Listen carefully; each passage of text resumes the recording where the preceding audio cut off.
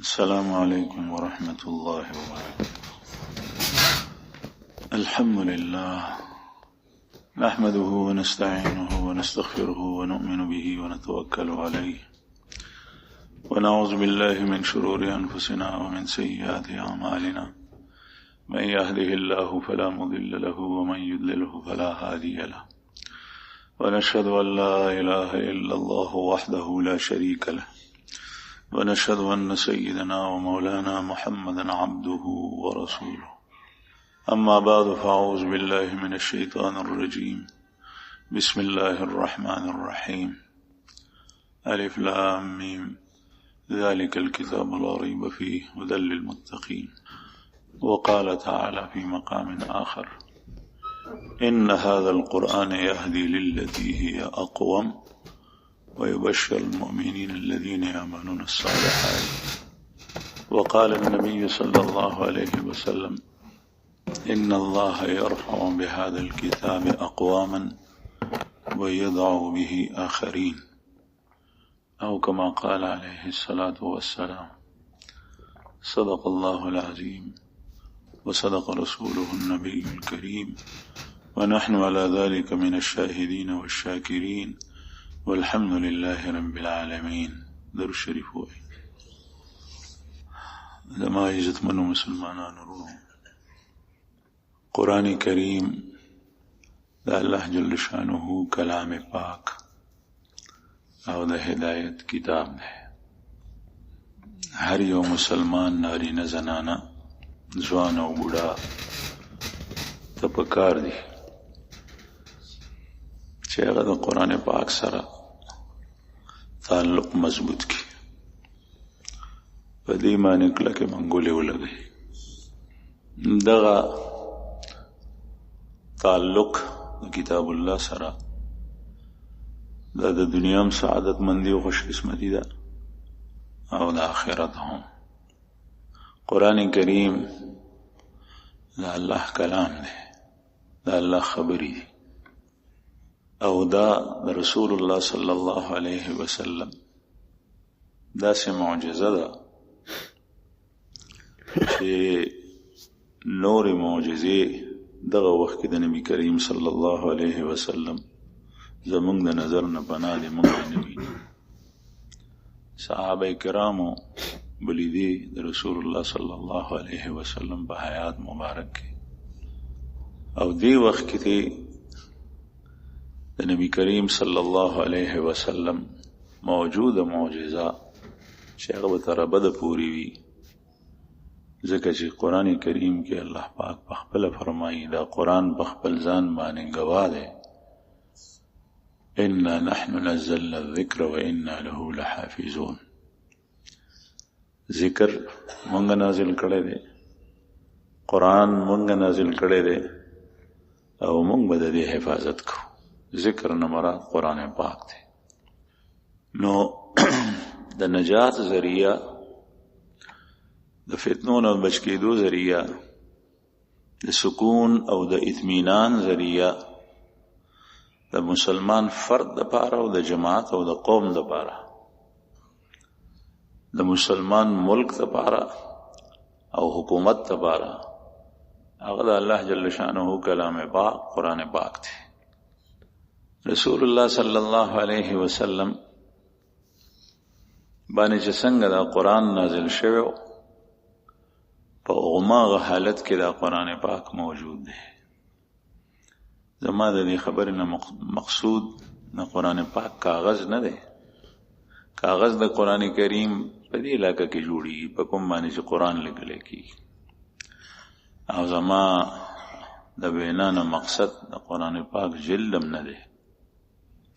دا جلد غتا دا دلته جوړیږي، لیکن د قرآن کریم حروف، د قرآن پاک نظم، د قرآن کریم الفاظ چې تی کلوه دا الله جل شانه رسول الله صلی الله علیه وسلم باندې په 23 کالو یا سکم 23 کالو کې نازل کړه. دا مبارک او عظیم کتاب دی، او دا د سینې سره لګول، د دې سره تعلق مضبوطول او د دې سره اعتصام، دا غي مراد څه ده؟ دا غي مراد دا ده چې سړی خو بغیر د دین مسلمانیږي نه، چې تر څو پورې دا نه منلی چې دا قرآن د الله جل شانه کلام دی او دا الله پاک په سید الرسول خاتم النبیین باندې نازل کړی دی. دا بنیادی عقیده ده چې دې سره سړی مسلمانی، بلکې قرآن کریم پورا خلاصه کې چې د قرآن پاک د یو صورت انکار دا کفر دی، د قرآن کریم د دریو آیاتو انکار دا کفر دی، د قرآن کریم د یو آیت انکار دا کفر دی. قرآن کریم منل، دویم د قرآن پاک سره په زړه کې محبت ساتل، دریم د قرآن کریم عظمت تعظیم او داغه تشریف، داغه اکرام کول، داغه احترام کول، داغه په باره کې عقیدت ساتل، دا د قرآن پاک سره تعلق دی. چې څومره عظمت د قرآن پاک سره کې دی شي، ځکه چې دا د الله جل شانه کلام دی او چې څنګه الله لوی دی نو دغه داغه کلام هم په ټولو کلامونو کې لوی دی. کلام الملوک ملوک الکلام، د بادشاہانو خبرې هغه په ټولو خبرو کې داسې وي چې د ټولو خبرو هغه بادشاہي، او بیا الله جل جلاله چې هغه ټولو رب دی، خالق دی، مالک دی، پر ټولو کائنات باندې دغه بادشاہي ده، ځکه چې هغه پیدا کړی دي او ټول حکم په کائناتو کې پزمک او اسمانونو کې د الله چلیږي. ان الحكم الا لله. هغه بادشاہان چې ځان ته سوي چې الله جل شانه وغوړي نو هغه حکومت ختم شي په ژوندون باندې یا په مرګ باندې داغه نار سپاتې شي. بهر حال قرآن عظیم د الله جل شانه ډېر لوی کلام دی مبارک، چې څنګه د دې سره تعلق پیدا کول پکار دي، دا سه نن سبا زمونږ هغه تعلق د قرآن پاک سره نشته، ځکه مونږ د هغې برکاتو نه محروم یو.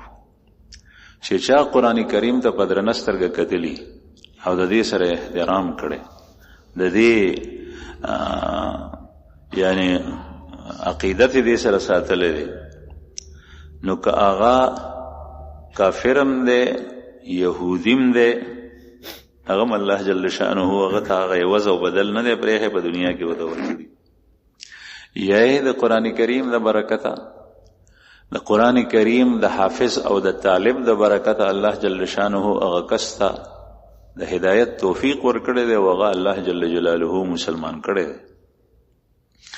د قرآن پاک تلاوت، د قرآن کریم ترجمه، د قرآن پاک تفسیر، قرآن کریم باندې عمل کول، دا بیا د هغې حقوق دي. قرآن پاک په معاشره کې په ملک نافذول، د یو حکومت لپاره د قرآني نظام تنفیذ، دا د قرآن پاک حق ادا کول دي. او په قرآن پاک کې هر څه شته. یو ځل حضرت عبدالله ابن مسعود رضی الله عنه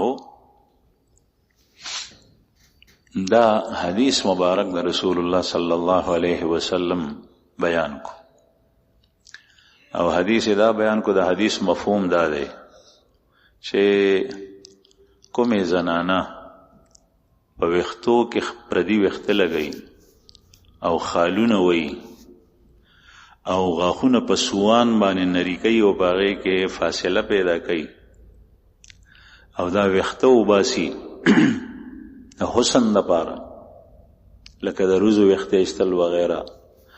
نو حضرت عبدالله بن مسعود ووی چې په هغه ښځو باندې لعنت دی. دا لعنت بیان کو. نو یو زنانه راله، هغې ورته ووی بوډۍ ښځه وه، ما اورېدلي چې ته داسې وې؟ وی حضرت عبدالله بن مسعود رضی الله عنه د رسول الله صلی الله علیه وسلم صحابي، او په صحابو کې فقهای صحابو کې فقیه صحابي دي، الله پاک هغه ته علوم ورکړو. رسول الله صلی الله علیه وسلم دا عبداللہ ابن مسعود رضی اللہ عنہ بشان کے فرمائی چې که څوک قرآن پاک تازه تازه نازل شوی اوریدل غواړي چې څوک قرآن پاک تازه تازه نازل شوی اوریدل غواړي هغه د دې سړي د خولې نه قرآن پاک واوري. حضرت عبدالله ابن مسعود دا زما او ستا غونې کس نه وي او نه دا د رسول الله صلی الله علیه وسلم یو صحابي وي، بلکې په خپل هغه ذات وای چې بچا باندې قرآن نازل شوی دی او ډومبه د هغې مبارک ژبې او خولې نه وتی دی او صحابه او خلکو اورېدلی. هغه هستي وای که څوک تازه تازه د نزول په وخت کې قرآن اورېدل غواړي د دې سړي د خولې نه دې واوري. او د ده په باره کې حضرت عمر فاروق رضی الله عنه وای چې کله عراق ته استولو عبدالله ابن مسعود یې کوفې ته او عراق ته استولو د هغه ځای خلکو ووی چې موږ ته ضرورت دی. حضرت عمر فاروق رضی الله عنه چې دی استولو نو ورته وفرمایل خط یې ورته ولیکلو چې ما ته د دې سړي خپله سخت ضرورت لیکن زه په خپل ځان باندې تاسو ته ترجیح در کوم ځکه مې دا کس تاسو ته راواستو. آثرتکم علی نفسی بابن ام عبد، میں اپنے آپ پر تم لوگوں کو ترجیح دیتا ہوں کہ ان جیسی شخصیت عبداللہ ابن مسعود جیسی شخصیت کو تمہارے پاس بھیج رہا ہوں. د دې مطلب دا دی چې ما ته د دې سړي ضرورت لکه یو کس مونږه دا قرباني نشو کولی کله چې پینډه ناسته ده او خشه زما مخې ته پروت دی چې هغه زه د بل مخې ته کړم او زه په خپله صبر وکړم. دې ته ایثار وایي. دا صرف په خوراک کې ایثار دی، لیکن دا ایثار ډیر زیات ګران دی چې یو داسې هستی چې د هغه قوم ته ضرورت دی، خلکو ته ضرورت دی، بادشاہ ته ضرورت دی، خلیفه وقت او امیر المؤمنین ته ضرورت دی او هغه واسطه بل چاته لکه چې مدینه منورې او د عراق په منځ کې ډیره لویه فاصله ده.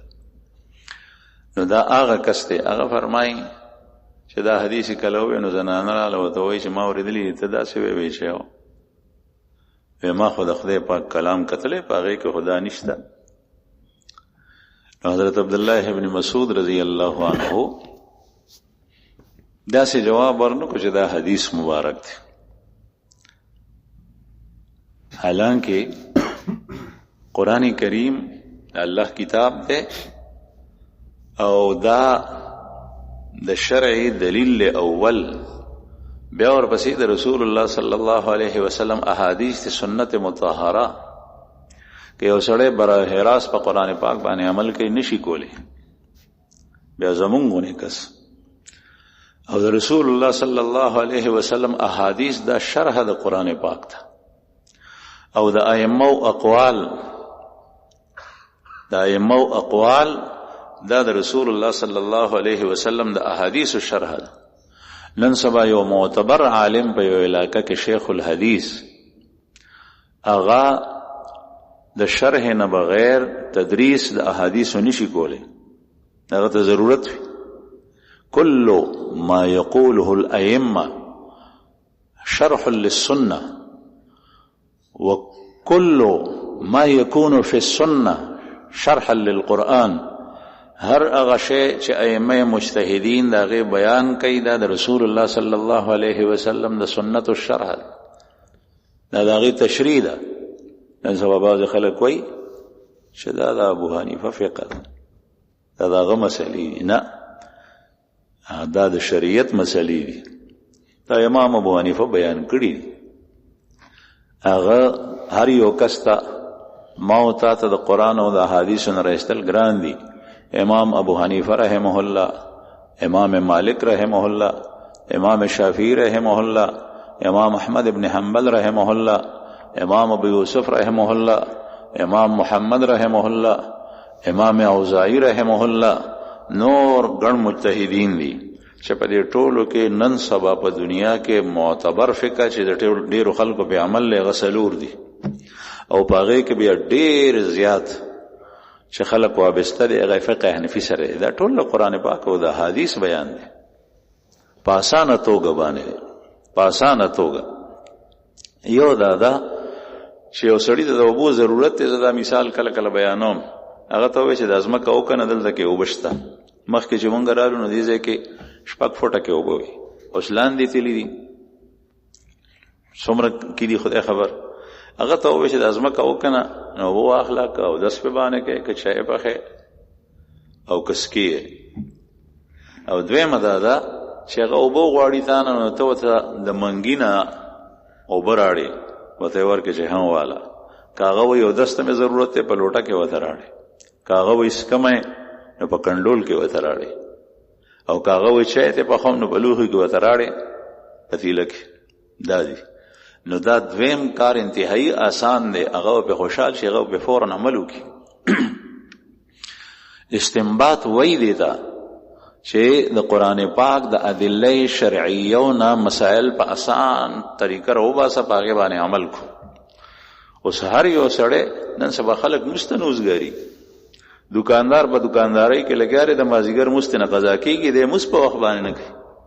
دی به د قرآن پاک او د رسول الله صلی الله علیه وسلم د احادیث نه مسائل څنګه راوباسي.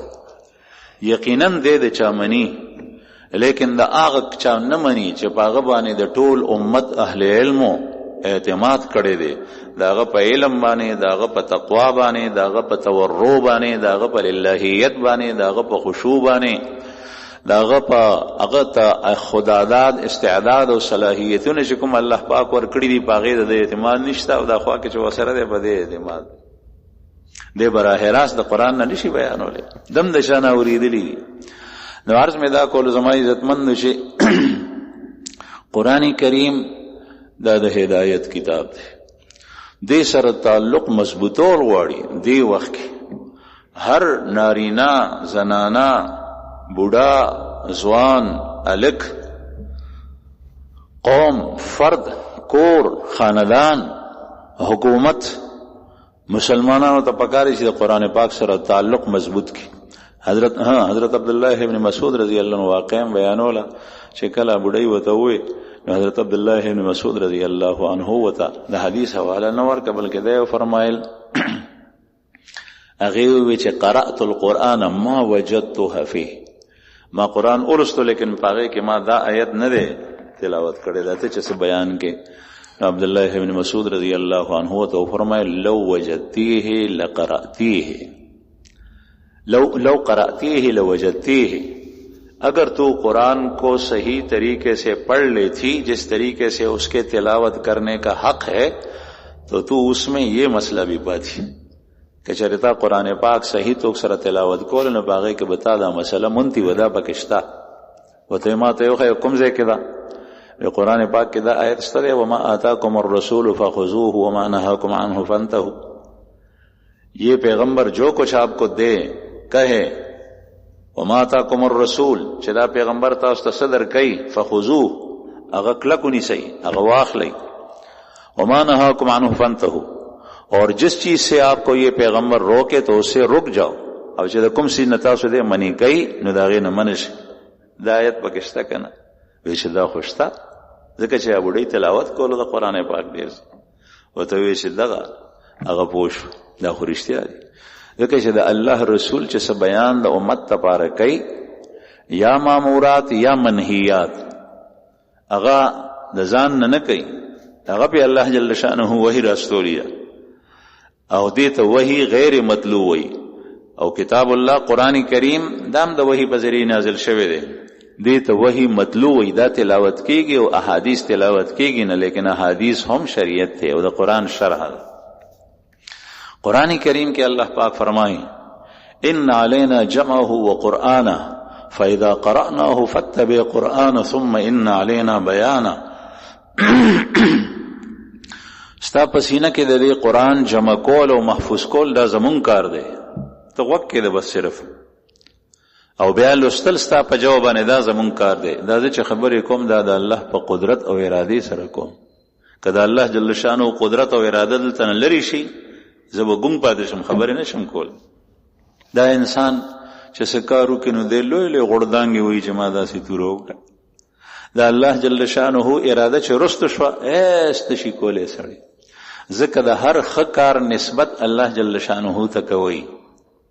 او چې کومه ګناه د نوشي د غیر نسبت خپل نفس او شیطان ته کوي شیطان دوکه کوم یا الله ته مې معاف کړي مزمه کو ستا په توفیق او فضل سره مې وکړي یا الله تی قبول کړي ګناه د نوشوا یا الله شیطان دوکه کم نفس دوکه کم ته مې معاف کړي ما ته معافي وکړي نو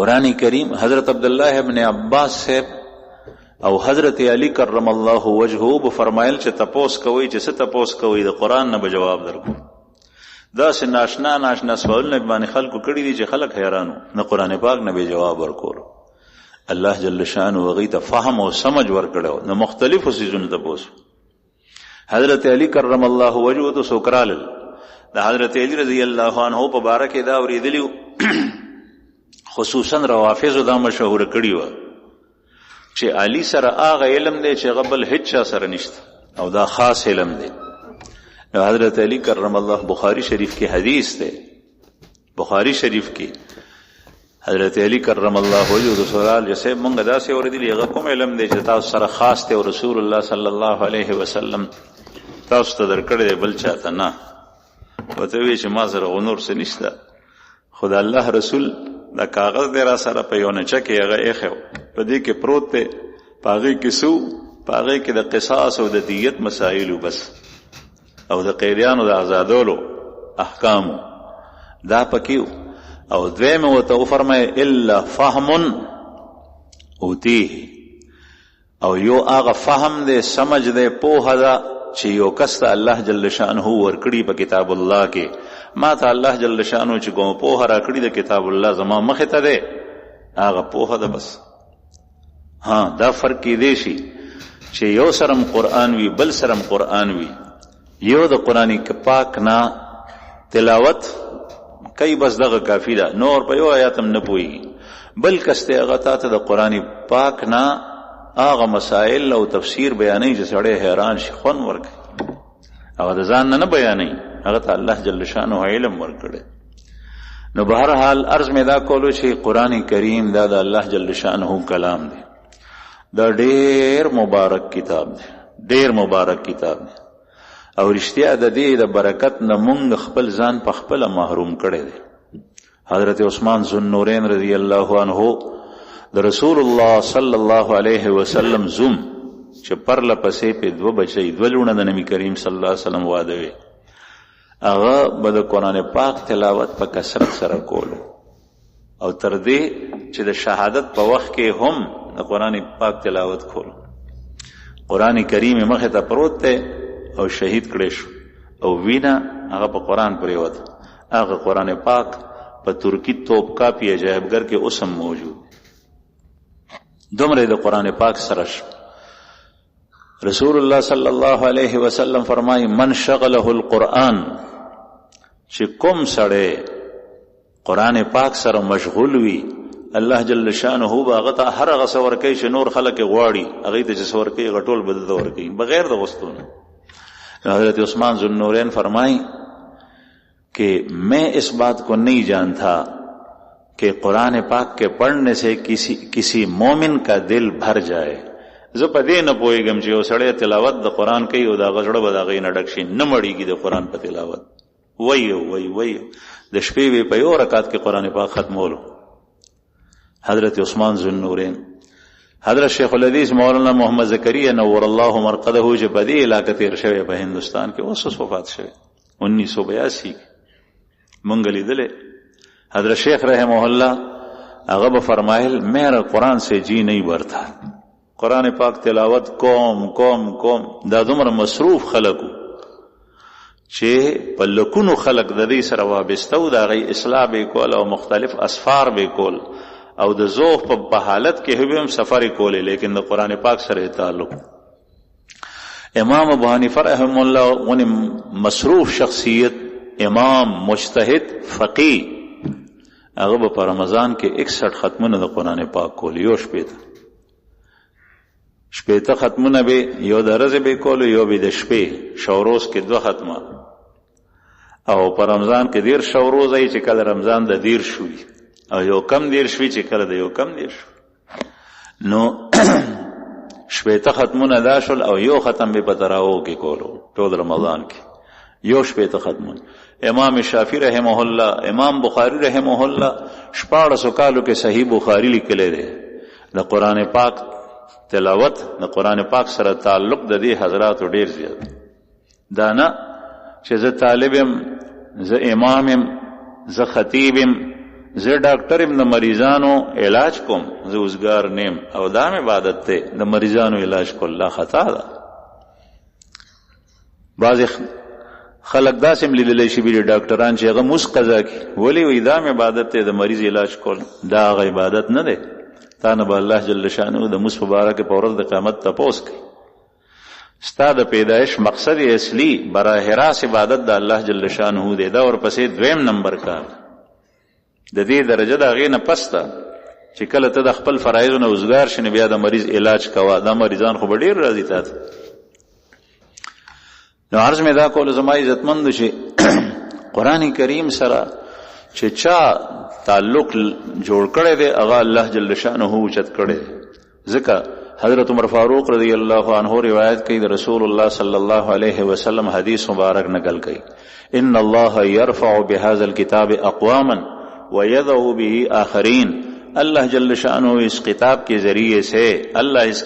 ذریعے سے بعض لوگوں کو اوپر اٹھاتا ہے، بعض لوگوں کو نیچے پٹخ دیتا ہے. اللہ پاک دې قرآن په برکت سره بعض خلق اوچتول څه مطلب دی؟ داغه خاندان داسې نیچ خاندان وي چې خلک تپوس هم نه کوي چې دا څوک دی. یا به شاخیل وي، یا به چمیار وي، یا به نئی وي. لیکن قرآن پاک په وجه د قرآن کریم د علوم په وجه الله جل شانه هغه داسې اوچت کړي چې هغه په خپل خاندان باندې پرده واچي. څوک دې ته نه ګوري چې دا د کوم ذات او کوم خاندان سره تعلق لري. نه، دا عالم دی، دا محدث دی، دا شیخ الحدیث دی، دا مفتی دی، دا ډیر نیک سړی دی او خلکو ته مسائل بیانوي، واعظ کوي، درس و تدریس کوي، په هغې باندې په خپل عمل دی. داسې لکه په ډیران کې چې ګل زرغون شي، داسې شوي دي. تاسو چې د تابعینو د تبع تابعینو په دور باندې نظر واچوئ نو په هغې کې به تاسو ته ګڼ شمېر ائمه، اهل علم، محدثین، روات الحدیث، مفتیان، هغه چې وګورو نو هغه به غلام وي. هغه غلام او بیا ذات شي او بیا د هغې نه پس هغه علم حاصل کو. اکرمه رحمه الله د عبدالله ابن عباس صاحب غلام دی او مشهور محدث دی او داسې نه دی سبق به په شوق سره نه وي په ابتدا کې. نو عبدالله ابن عباس صاحب به تړلو او څومره خلک او صحابه چې غلام دی، نوکر هم نه دی. مونږ نوکر ته نن سبا داسې ګورو لکه د سپي په نظر بعضې خلک. الله مې دې وساتي. ځان سره خوراک ته نه کینو، داغه د کپړونو د لاسو نه کرکه کو. عبدالله ابن عباس صاحب هغه سبق ته وړاندې کولو چې دین وایا، قرآن وایا، علم زده که.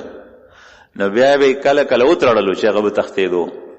بیا د هغه نه دومره لوی محدث جوړ شو اکرمه رحمه الله چې هغه د صحابو نه روایت کوي. دا د قرآن کریم برکات. یو شاعر د عربی شاعر وی، العلم يرفع بيتا لا عماد له والجهل يهدم بيت العز والشرف. علم چې هغه اصل د قرآن دی، د احادیثو دی، د فقه دی. العلم يرفع بيتا لا عماد له. علم هغه کور چې هغه بیستنې کوټه ده، بیستنې کور دی، هغه اوچتوي. والجهل يهدم بيت العز والشرف. او جهل د هغې په مقابله کې داسې شی دی چې د عزت او د شرافت کور او خاندان هغه ښکته راوغورځوي. موږ په خپلو سترګو ولیدل په دې لږه دورانیه د عمر کې، په دې لږه دورانیه کې چې چا قرآن اوې د قرآن کریم علوم حاصل کړ، الله جل شانه د هغه یو کس په وجه باندې د هغه خاندان د هغه عزت کړي. لارې کوڅې ډکې وي د خلکو نه، څوک ځي څوک راځي، زیارت ته، ملاقات ته، چې د چا د قرآن سره د دې لارې سره تعلق دی. او کومو خلکو چې د هغې په خاندان کې د هغې پلاران، نیکونه، مشران یو زمانه کې علما تیر شوي، داسې علما چې د سر علما لیکن دا غي اولاد، دا غي نوسو، دا غي کړوسو د قرآن سره هغه تعلق پریخو، هغه علوم پریخل، د دنیا ډاکټري، انجینری، امریکا، یورپ، فرانس، جرمنی، روس د پیسو ګټلو لپاره تلاړل. څوک یې تپوس نه کوي، څوک یې تپوس نه کوي چې دا څوک. الجهل يهدم بيت العز والشرف، جهالت د عزت او د شرافت کور او خاندان هغه لاندې راغورځي. نو عرض مې دا کول زما عزتمندو چې قرآن پاک د دې سره تعلق مضبوطول پکار دی. د قرآن کریم په درنه سترګه کتل اول یاد ساتئ د هر یو سیس په دې زړه کې عقیدت ته اعتقاد دی. د الله نوم چې کله ووري چې ستا په دې زړه کې ښه جذبات راپورته شي، اذان چې کله ووري چې ستا په دې زړه کې ښه جذبات راپورته شي. یو کتاب مې کتو په هغې کې واقع لیکلي ده چې پنجاب طرف ته یو زنانه مړه شوه، یو زنانه مړه شوه چې سای ورکوله، نو ملا صاحب ته وویل چې راشه د خلک د دین نه ډېر لري. زنانه د زنکدن په وخت کې خبرې کولې، خو خبرې داسې کولې چې د کورنۍ خلک په باندې پوهېدل نه چې دا څه وایي. ملا صاحب یې راوسته، ورته وویل چې صاحب دا څه بړبړ کوي، راشه دې ته غوږ کېږده. جاهل خلک او ناپوهه. هغه مولانا صاحب چې ورته غوږ کې، خو هغه لږ لږ په عربۍ پوهېدو. هغه ورته وویل چې ان هذین الرجلان یقولان ادخلي الجنه، دا دوه کسان ما ته وایي چې جنت ته داخله شي. وی دا خدا وایي، او دې نه خو معلومیږي چې الله جل شانه د دې سره ښه سلوک کوونکی دی. دې ته الله پاک یو مقام ورکو، بیسا ورکا. دته تپوس وکړو چې د دې څه عمل و. هغه یې ورته ویل چې زموږ ونیوه، موږ اودس هغه یې نه پېژندو، داسې کلی و، داسې علاقه وه. وی چې څنګه مونږ یو داسې دا و. وی نه څه شی به په دې کې داسې و، هغه تاسو یاد کوي. نو بیا زنانه وویل چې په دې کې یو عمل و چې څه وخت به اذان شروع شو نو دی به کار پرېښو او دا به کېناست. وی اذان کېږي، هغې ته غوږ کېدی چې څو پورې به اذان نو ختم شوی، تر هغې پورې به هغه به چپ ناسته وه. د هغې نه پس به کټوۍ، سمسۍ، جارو، لوښي، دا کارونه به بیا وروسته کړو. اول اذان مونږ چې ماشومانو، مونږ ته به مور وی چې اذان کېږي بچی، چې کټ کې به پروت وی چې کېنه. او په شامي کې مسله لیکلې ده چې کله سړی روان وي اذان کېږي نو بیا دې ودرېږي. د هغې دا مطلب نه دی چې پاتې شي، خو روان یې ودرېږي. مونږ نن سبا د اذان په وخت کې کار نه پرېږدو. بعضې خلک په دې باندې الحمدلله عمل کوي چې اذان کوي نو تلاوت بند کړي. تلاوت بندول ضروري نه دي، دا فتوا نه ده. تلاوت جاری ساتلی شي، لیکن تلاوت بندی او خبرې چې شروع کړي وي نو خبرې نه بندی. کار چې کوي د دنیا هغه نه بندی، گپ شپ نه بندی، هغه جاری وي مسلسل. هلته اذان هم کېږي، دلته کې خبرې هم لګي. دا اذان کې څه دي؟ اذان کې خو رابلنه د جماعت طرف ته حی علی الصلاة، تا تم مؤذن وی، ما تم وی، بلتم وی، بلتم وی، مستراشی مستراشی مستراشی. نو چې تا ته څوک چغه وباسي چې مستراشي، نو ته اخوا دې خوا وګورې چې دا سړی چاته وایي. د هغه خبرې ته غوږ کېدی، بیا په هغې باندې عمل کې. لیکن دلته مؤذن لګی حی علی الصلاة حی علی الصلاة، دوه ځله وایي په اوچت آواز، او ته پې باندې پروا نه ساتي. بیا مؤذن وایي حی علی الفلاح، دوه ځله بیا وایي د کامیابۍ او د فلاح ځای ته راشي. دغه وخت کې په هغې باندې ته پروا نه ساتي.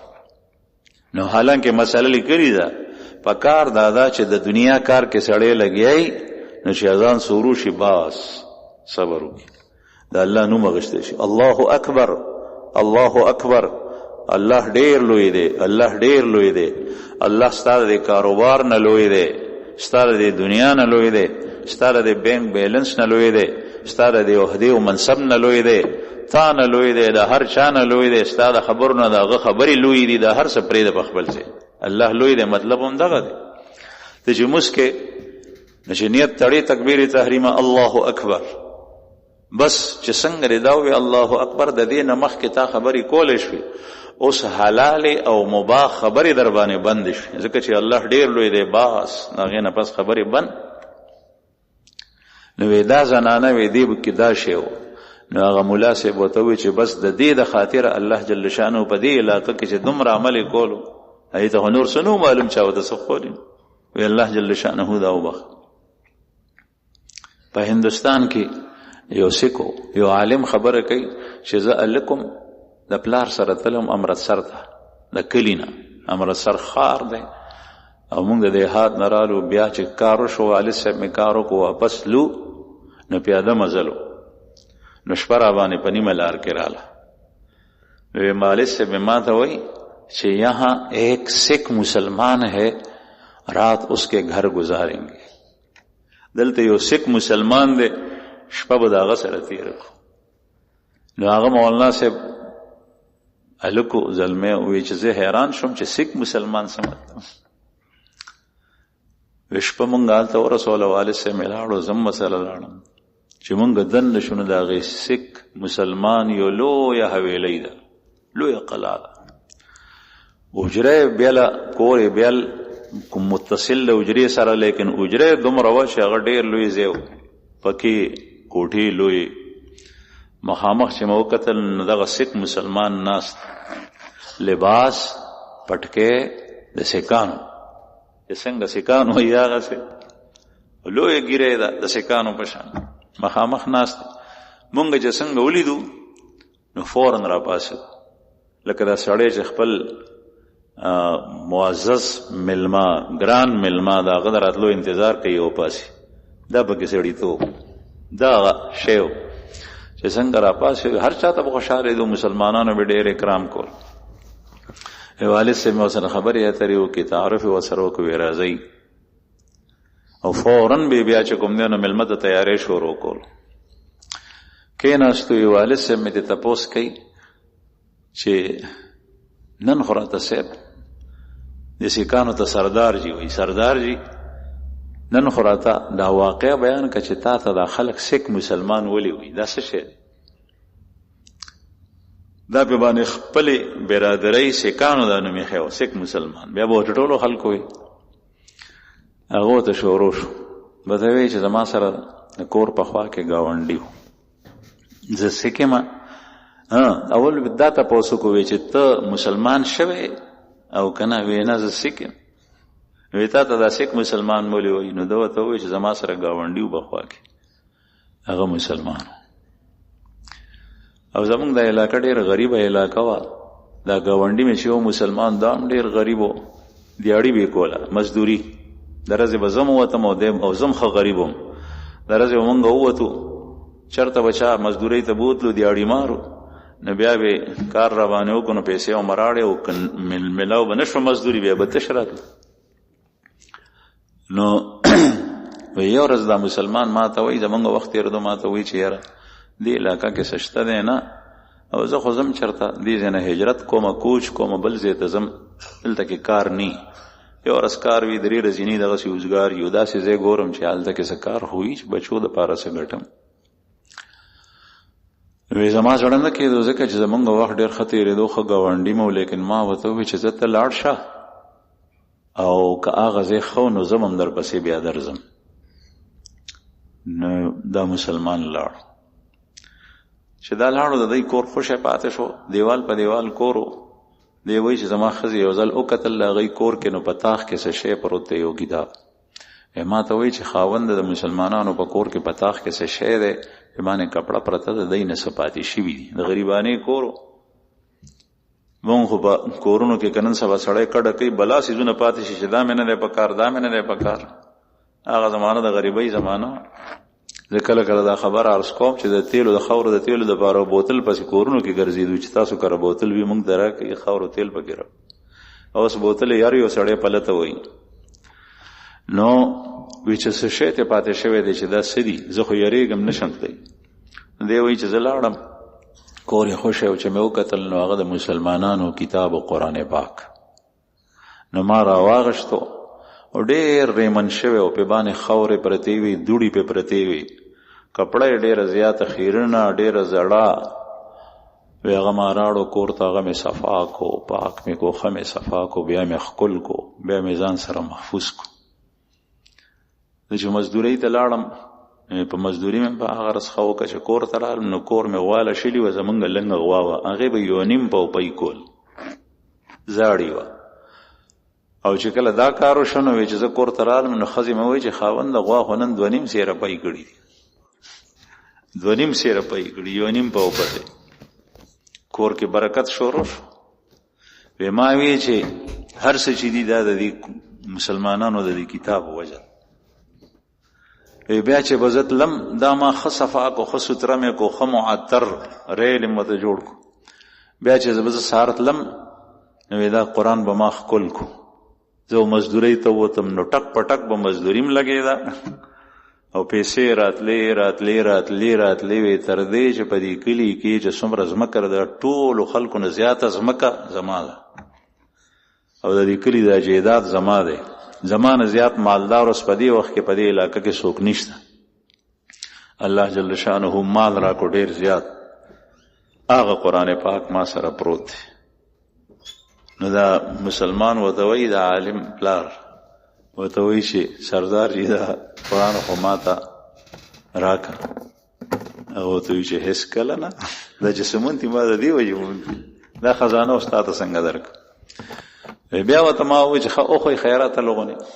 بیا چې وښولو ورته نو هغه زړه نسخه وه او ډېره صفا یې ساتلي وه. نو د قرآن کریم سره د عقیدت د وجې نه، قرآن کریم سره د عقیدت د وجې نه، د احترام د وجه نه یو کافر الله جل شأنه دنیا ورته ورکړي. د عبدالله ابن مسعود رضی الله عنه حدیث مبارک ته مسند بازار کې دی. فرمایي چې یو ځل رسول الله صلی الله علیه وسلم فرمایل چې کله یو انسان نیک عمل وکي نو هغه ته الله جل شأنه اجر ورکوي، هغه مسلمان وي او که کافر وي اجر ورکوي، مسلمان وي او که کافر وي. عبدالله ابن مسعود رضی الله عنه فرمایي چې مونږ حیران شو چې دا خو ده چې مسلمان وي نو هغه ته الله جل شأنه اجر ورکوي، لیکن کافر ته څنګه اجر ورکوي؟ ځکه آیات د قرآن پاک، احادیث د رسول الله صلی الله علیه وسلم، نصوص په دې باندې گویا دي چې کافر د پاره ښه د ورځ نشته. نو موږ رسول الله صلی الله علیه وسلم نه تپوس کو چې یا رسول الله کافر ته هغه ته څنګه اجر؟ نو د آیات ساتي د اجر مزدوری د زړه تمنس کې خبره کوم. د اجر معنا مزدوری ده، اجرت، اجره، اجر، مزدوری، عوض چې تاسو کارو کې داغه تا څوک بدل در کې دی د اجر وي. اجیر مزدور ته ویل کېږي. پښتو کې دا ټکه استعمالېږي اجاره، د ازمکه مې په اجاره ورکړي، دا کور مې په اجاره په کرایه ورکړی دی، دې ته اجاره اجرت. نو اجر نه مراد اجرت ته په لغت کې. نو رسول الله صلی الله علیه وسلم فرمایل چې مسلمان چې نیک عمل وکړي نو هغه ته الله جل شانه دا اجر ذخیره کې په آخرت کې به ورکوي، د جنت په شکل کې، د خپل رضا او خوشنودۍ په شکل کې. په دنیا کې د چین او د سکون او د اطمینان ژوند به الله جل شانه ورکي. او کافر چې کله عمل وکړي نو هغه ته اجر الله جل شانه په دې دنیا کې ورکوي، اولاد ورته ورکي، مال ورته ډیر کی، کور ورته ښه ورکي، جیداد ورته ورکي، پیسې ورسره ډېرې وي، د دې څیزونو په شکل کې ورکي. آخرت کې هغه دپاره بیا نشته، یعنی جنت ته دخول له کافر دپاره نشته او د جهنم نه وتل له کافر دپاره نشته. اسې خو مومن مسلمان که ډېر ګناهګار وي نو الله پاک مې وساتي، جهنم ته به د ګناه په وجه لاړ شي، لیکن هغه کې ایمان وو نو په آخر کې به هغه د جهنم نه روزي. لیکن کافر چې پروت وي په جهنم کې، قرآن پاک او د رسول الله صلی الله علیه وسلم احادیث وی چې د لپاره راوتل نشته. لیکن د اجر الله جل شانه دومره غیرتی بادشاہ دی چې انسان جوړ کړي مغه د سکه او هندو مغه جوړ کړي دی، مسلمان مغه جوړ کړي دی، يهودي او پیرنګي مغه پیدا کړي دی، او د عمل مت الله ور کړي دی. بیام کوي او سړی سخ عمل وکي نو الله جل شانه بدل نه پریږي. او دا د هر یو خسړی داغه کار دی که تا څوک هدیه ورکي ستا خسړی توپ دار چې هغه ته دغه نه ښه هدیه ورک کني نو چې سوست رسي هغه ورک. صحابه کرام وایي چې رسول الله صلی الله علیه وسلم به هدیه قبلوله د هر چا او بیا به د هغه هدیه نفس هغه کس ته هدیه ورکوله د هغې نه ډېره اعلی د الله رسول به هدیه قبلوله بیا به هدیه ورکوله. نو رسول الله صلی الله تر دې پورې چې منافق عبدالله ابن ابی ابن سلول تاسو به د دې منافق نوم اورېدلی رأس المنافقین مدینه منوره کې د منافقینو مشر سردار ډېر لوړ قدیو حسین او جمیلو الله پاک وته دا هر څه ورکړي او د پیغمبر علیه الصلاۃ والسلام تر حضرت عباس اغم دنګ لړو مضبوط او قدم دنګو عبدالله ابن ابی ابن سلول هم دغسې د بدر په موقع رسول الله صلی الله علیه وسلم تر عباس صاحب د مشرکینو سره او چې کوم قیدیان او یا کس نیولې شوي نو یو په هغې کې دیو مدینه منورې ته راوست نو ساړو د جیمې موسمو او د عباس صاحب جامې شلیدلې وي دا وروسته بیا د پیغمبر علیه السلام تر دی مسلمان دی صحابي دی د الله رسول به ډېر قدر کول. دغه وخت کې د کافرو سره په قید کې رالو نو جامې شلیدلې په دې بدن د پاسې سنو نو رسول الله صلی الله علیه وسلم د شپې ساړو په زولنو کې تړلي و قیدیان نو د فریاد کولو د ساړه نه رسول الله صلی الله علیه وسلم پوش قمیص یې ورته راوړون چې قمیص په نه برابرېدو عبدالله ابن ابی ابن سلول منافق قمیص په برابرېدو هغه وی چې زما دا قمیص ورته ورکړي نو د هغه قمیص یې ورته ورواغوندو خو چې کله عبدالله ابن ابی ابن سلول مړ شو په نفاق په حالت کې مړ شو د الله رسول خپل قمیص هغه ته ورکو د هغه زوی چې هغه صحابي و د هغه نوم عبدالله ابن عبدالله ابن ابی ابن سلول هغه ته رسول الله صلی الله علیه وسلم قمیص ورکو چې دواله دا ورته واچو. بعضې صحابه په دې باندې خفو چې د الله رسول الله قمیص ولې ورکړي ورته یې وفرمایل چې خدای نه بخي نو زما قمیص یې نه بخي چې خدای نه بخي نو زما قمیص یې نشي بخلی البته د هغه د زوی د خوشحالولو دپاره چې هغه صحابي او مسلمان هغه دپاره یې ورکړي نو د الله رسول هم د چا بدل نه دی برېښي. الله پاک ډېر غیرتي بادشاه دی هغه یو کافر ته مجر ورکړي.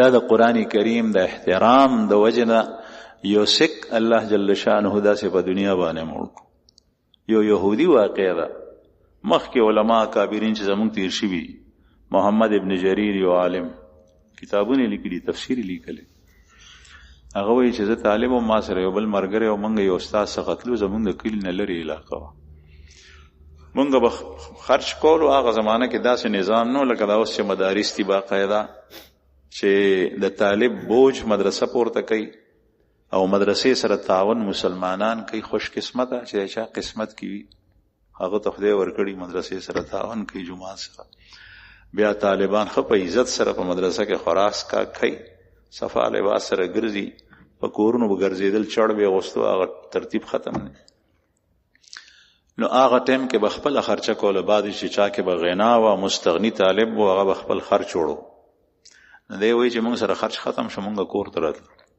نو په لاره کې یو یهودي دکاندار و چې هغه نه موږ سودا وړه هغه موږ ته وایي چې طالبانو چېرته ځئ دغه وخت کې ورسره ګاک نو موږ ته یې کتل موږ ورته وایي چې کور ته ځو وایي چې نور کله خو به تاسو په دې وخت نه تلئ څه چللی وایي موږ ورته وایي چې خرچه راوړو خرچه را سره ختمه شوي وایي دی موږ ته وایي چې تاسو څه سودا په کار ده راشه یوسئ موږ ورته وایي چې تا نه یې وړو نو قرض به وړو نو قرض چې راپورې وي د هغې نه بهتر دا ده چې په نغد یې درنه وړو لکه څنګه چې به نور کله وړه موږ قرض نه کوو دا یهودي موږ ته وایي چې تاسو نه پیسې چې اغوستي پیسې مه راکوه موږ ورته وایي چې ته یهودي موږ مسلمانان یو یهودي خو د مسلمان دشمني وایي چې تاسو زما په یهودیت باندې څه کوئ خو سودا وړئ زما نه زه به در کوم او تاسو ته صرف او صرف زه د دې خاطر در کوم چې تاسو د الله د دین او د الله د کتاب طالبان علم دین زده کوئ، قرآن پاک وایي، د دې خاطر در کوم. زه یهودي یم ټیک ده، وی که مونږ شل کدی شو مونږ پرې نه خو سودا را تراک او بیا د پاره مان وړي مفت سودا ورکول. بیا مونږ دې ځای کې سبق ختم کو.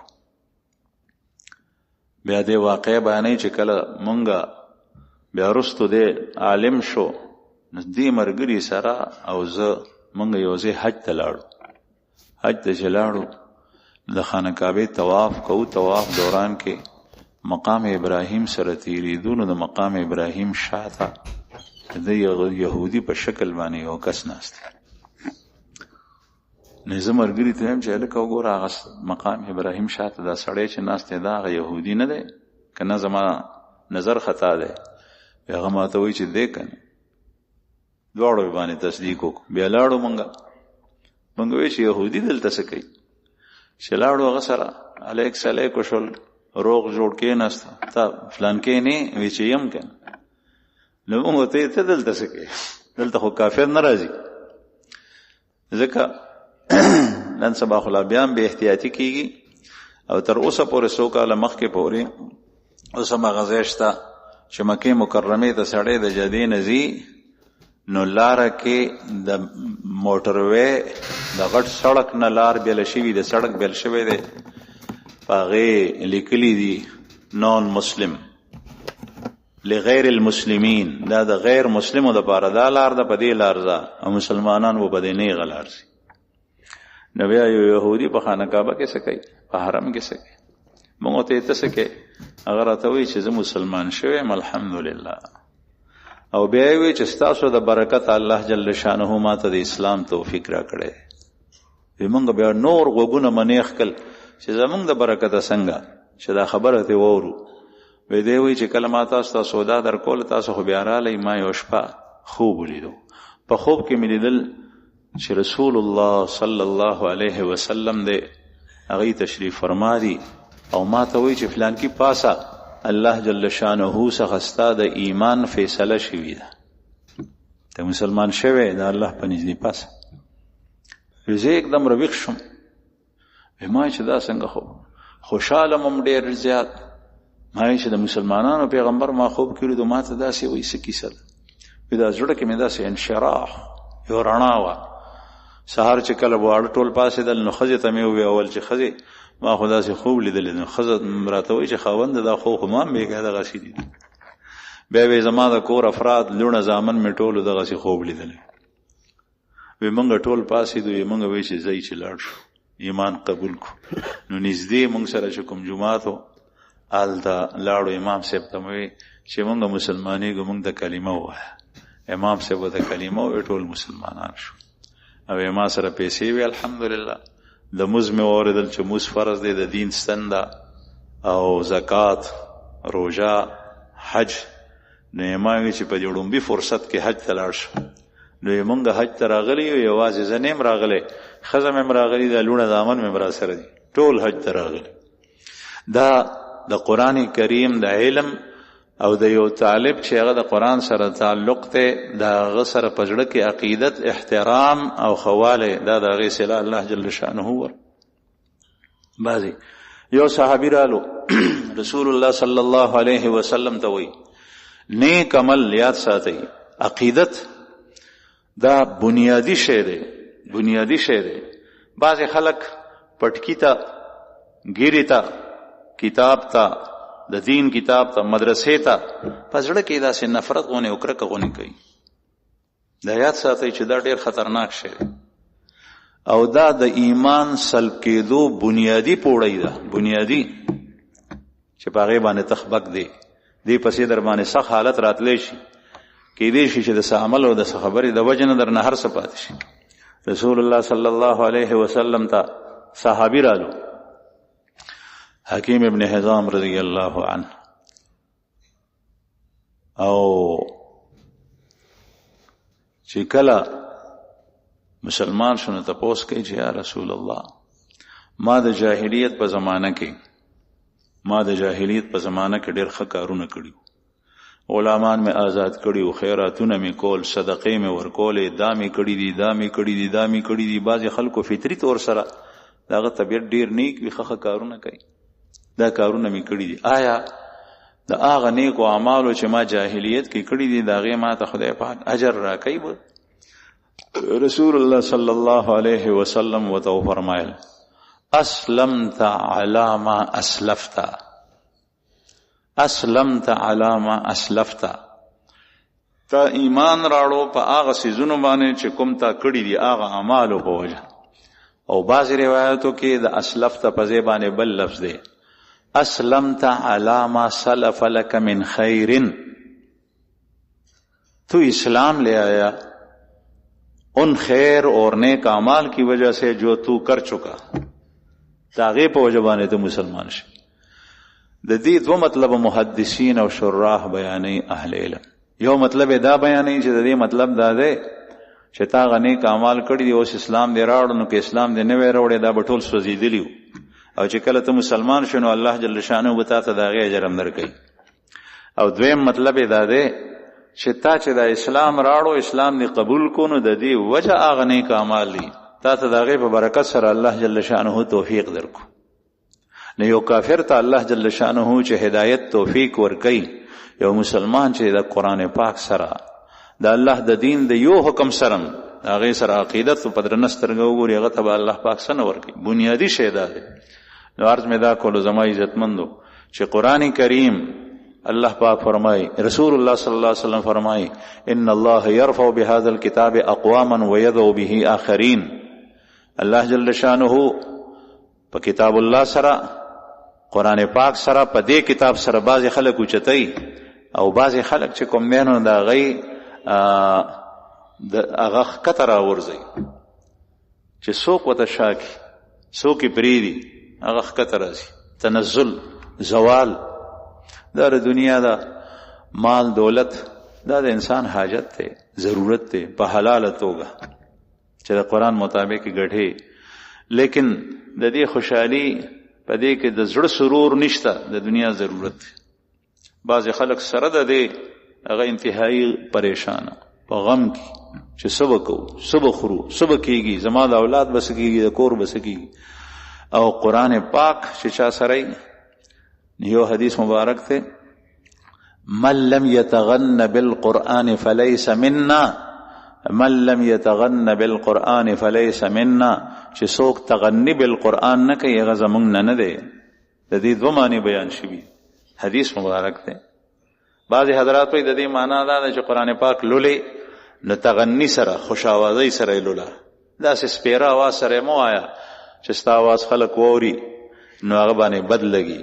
قرآن پاک دا الله کلام دی، ډیر په ښکلي آواز سره وایا، او که آواز دی داسې دی ډډ دی او ګډ وډ دی نو بیا په پټه وایا. یو مطلب یې دا دی من لم یتغن بالقرآن، چې څوک خوش آوازۍ سره د قرآن تلاوت نه کوي هغه زمونږ نه دی، یعنی زمونږ طریقه دا نه ده. د الله کلام او بل کلام کې فرق دی. عام عربي ژبه هم وی نو هغه داسې نه، د قرآن کریم د ویلو انداز جدا دی، ډیر په خوش آوازۍ سره، تجوید سره، صحیح تلفظ سره وایا. او دویم مطلب بعضی علماء دا بیانوي من لم یتغن بالقرآن فلیس منا، جس شخص کے پاس قرآن کریم ہے، اللہ نے اس کو قرآن کریم سکھایا ہے، وہ اس کی تلاوت کرتا ہے، اس نے قرآن کو حفظ کیا ہے، قرآن کریم کے علوم وہ جانتا ہے، قرآن کریم کے مسائل جانتا ہے، قرآن کریم کی تفسیر جانتا ہے، پھر بھی یہ اپنے آپ کو فقیر سمجھے، غنی نہ سمجھے، تو یہ ہم میں سے نہیں ہے. چې کوم کس قرآن پاک هغه سره دی، د قرآن پاک علوم هغه سره دي، د قرآن کریم غونې لویه خزانه الله جل شانه ورکړې ده، دیم بیا هم ځان ته فقیر وایي چې ما سره څه نشته، دا زمونږ نه دی، دا زمونږ لار نه ده. نو عرض مې دا کولو زما عزتمند چې دا لویه سرمایه ده. تا سره پیسې ته په پیسو کې ریس لګو، د دنیا کافر به بیا هم تا نه مخکي، لیکن قرآن پاک تا سره شته دی هغې سره نشته، ایمان تا سره شته هغې سره نشته، اسلام تا سره شته هغې سره نشته. الله جل شأنه رضا او خوشنودي تا سره ده، وانتم الاعلون ان کنتم مؤمنین، هغې ته خدای پاک دا شی نه ورکوي. نو قرآن پاک سره تعلق مضبوطول. په کورونو کې تلاوت شروع کړي، زنانو ته وایي په خپل شروع کې. ډیر کسان داسې دي په دې ناسته پینډه کې چې هغه قرآن پاک ویل دي لیکن تلاوت نه کوي. سحر سورۃ یاسین وایي، د شپې سورې ملک وایي، د ورځې په ځان باندې لازم کوي چې زه 3 سپارې تلاوت وکوم، کدرینی 2 وکوم، کدونی 1 وکوم، کيونی نیمه سپاره تلاوت وکوم، کني منی 1 پاو وکوم. که 1 پاو ته نشي ویلې تا ته ګران دی، نه 1 پاڼه تلاوت کو، خو روزانه کوا، معمول وګرځو دا پرېدای ما او قرآن پاک باندې عمل کو. هغه صفا لار د دین اسلام، دغه د قرآن لار ده، په دې باندې د عمل کوشش کو. قرآن کریم او د دین اسلام هر یو حکم ته په دې زړه کې درانه ګوره. د دین اسلام سره، د الله د احکام سره، د رسول الله صلی الله علیه وسلم د سنت مطهره سره، د هغې سره عقیدت، د هغې احترام، د هغې تعظیم په دې زړه کې دې ته ځای ورکه. کیدای شي تر اوسه پورې په هغې باندې عمل لري، ګناهګار، د دې برکت الله جل شانه تا ته د عمل لاره خلاصه کړي. الله جل شانه دی په ټولو مسلمانانو موږ باندې خصوصي رحم وکړي او الله پاک دې د قرآن پاک سره زموږ تعلق مضبوط کړي. واخر دعوانا ان الحمد لله رب العالمین. بعضې وروڼه راشي بیان جاری وي، د بیان په دوران کې د نفل ته ودرېږي. دا یاد ساتئ دا که مقلتوب دی دې ټیم کې. دغه وخت کې د دین یو مسله زده کول، د دین یو مسله هغه د 100 رکعاتو نفل نه بهتر ده. یو باب زده کول د 0 رکعاتو نفل نه بهتر ده. نو په دین باندې ځان پویول دا انتهایی ضروری دی. بعضې وروڼه راشي هغه بالکل د نصف النهار په وخت کې چې نور په سر ودرېږي، جماعت ته رادنه شو دې ټایم کې ودرېږي، دې مسکین ته پته نی په نفل باندې ودرېږي، دغه وخت کې مونځ نه کېږي. بعضې وروڼه راشي خطبه جاری وي، د خطبې دوران کې دې ودرېږي بهر یا برنډه کې او دې نفل کوي، د ته مسله نی معلوم، دې ټایم کې مونځ کول مکروه دی. مونځ کول دې ټایم کې مکروه دی چې څنګه امام کېناست خطبه شروع کا، نو دغه وخت کې بیا فلا صلات ولا کلام، نه مونځ کولی شي او نه خبرې شته. الله پاک دې موږ ته پوهه نصیب کړي.